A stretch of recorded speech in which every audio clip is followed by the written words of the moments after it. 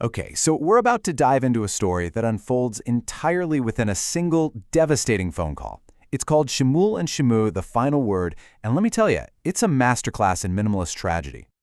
The story kicks off with this one line, and it hits you like a gut punch. Today is my wedding. Where are you? That question is just loaded with years of unspoken history and pure desperation. In just a few words, we know the stakes are impossibly high. And that's the absolute genius of it. This entire heart-wrenching story is contained within just one phone call.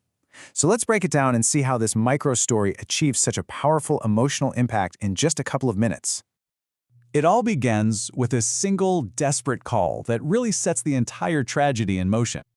The script immediately paints this really evocative picture for us. A girl, Shimu, crying by a window at night. It's such a classic image of isolation and sorrow. Before she even speaks a single word, we can feel her loneliness and her pain.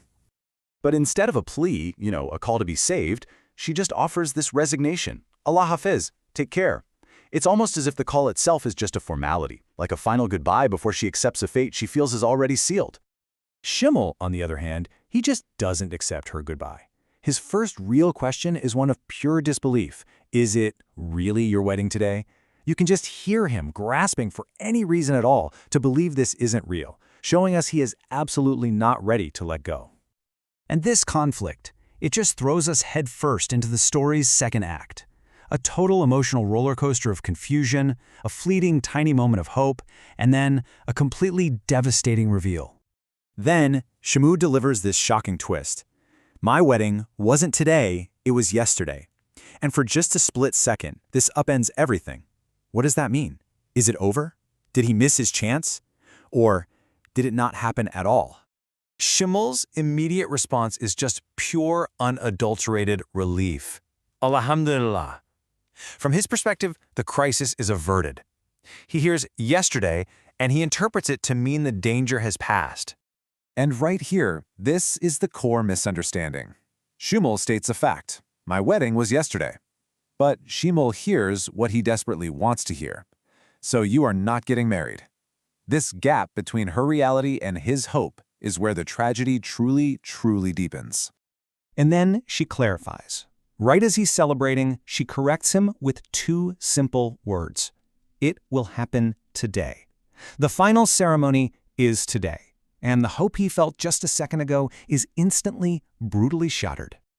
But he refuses to accept this crushing reality. He declares, with all the passion he has left, it won't happen. You are only mine. It's a defiant cry against fate, a refusal to accept a world where she belongs to someone else. And the script gives us a simple, powerful visual to go with that line, his eyes filling with tears. So you see, his declaration isn't one of strength, but of profound heartbreak. It's the last stand of a heart that's about to break completely.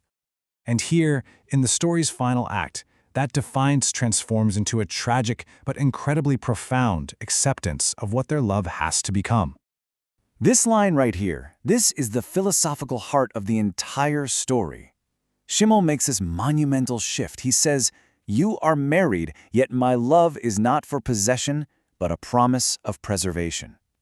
He realizes he can't have her, so he vows to preserve the love itself, to protect the very idea of it forever. The setting for this profound realization is just perfect. The script places him alone by a window as the rain begins to fall. The world outside begins to perfectly mirror his internal state of sorrow. And this brings us to the end of their conversation. We're now at the final words spoken between them, and, more importantly, all the feelings left unsaid. Shiva's final words are just so heavy with exhaustion and sorrow. I can't say anything more. Take care. There's nothing left to fight for, nothing left to say. And with that, the script says she hangs up the phone, severing their connection one last time. Now he's all alone, and Shmuel delivers the story's final thesis to himself.